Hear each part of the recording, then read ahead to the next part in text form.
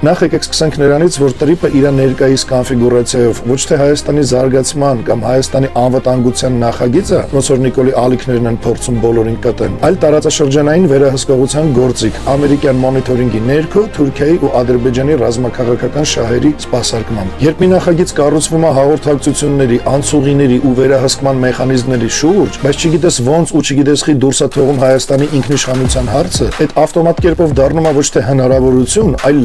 լծակ Հայաստանի վրա։ Այսինքն Հայաստանն ունի խոստումներ, որ պետք է կատարի, Հայաստանն ունի իբր բարոյական ու հետնել ֆինանսական պարտավորություններ, որ պետք է փակի, այդ էլ հերիք չի հենց մի բան էլ Հայաստանն ունի այդ ուղիներով անցնող ադրբեջանցիների անվտանգությունը ապահովելու պարտավորություն ու սեն շարունակ, բայց Հայաստանը չունի իր տվածին համարժեք օգուտ, իր կորուստներին համարժեք փոխհատուցումների ստանալիք կամ պահանջ, իր կրած բարոյական վնասների համար պահանջներ, այսինքն հասկանում եք, մենք չունենք ոչ մի օգուտ, բացի Նիկոլի լրատվականների հեքիաթներից։